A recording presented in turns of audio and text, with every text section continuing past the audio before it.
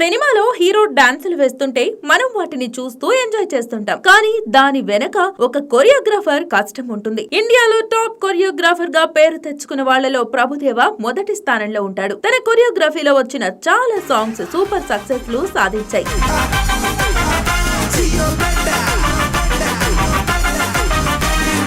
ఇప్పుడున్న యంగ్ హీరోలకు సైతం అతని కొరియోగ్రఫీ చేస్తూ తన విభిన్నమైన స్టెప్పులతో వాళ్ళకంటూ ఒక ఐడెంటిటీని సంపాదించి పెట్టాడు. ఇక అలాంటి ప్రభుదేవ కాలక్రమేణా నటుడిగా మారడమే కాకుండా ఆ తర్వాత కొన్ని సినిమాలకు దర్శకత్వం వహించి మంచి విజయాలను అందుకున్నాడు. మొదట నువ్వొస్తానంటే నేనొద్దంటానా సినిమాతో దర్శకుడిగా మారిన ఆయన మొదటి సినిమాతోనే సూపర్ సక్సెస్ ను సాధించాడు. ఇక ఆ తర్వాత ప్రభాస్ ను హీరోగా పెట్టి పౌర్ణమి అనే సినిమా చేశాడు. ఈ సినిమా అనుకున్న రేంజ్ లో ఆడలేదు. దాంతో ఇంతవరకు డీలా పడ్డాడు.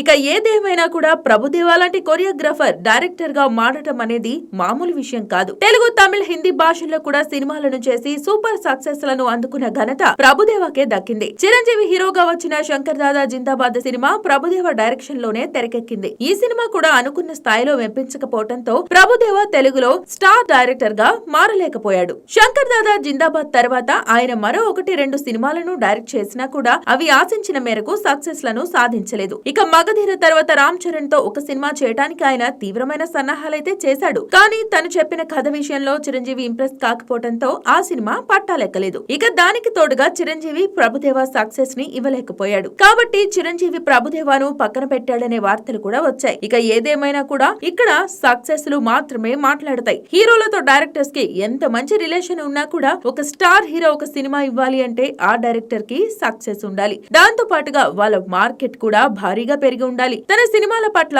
ప్రేక్షకుల విపరీతమైన క్రేజ్ ఉండాలి. ఇవన్నీ ఉన్నప్పుడే ఒక సినిమాకి డైరెక్షన్ చేసే ఛాన్స్ దక్కుతుంది.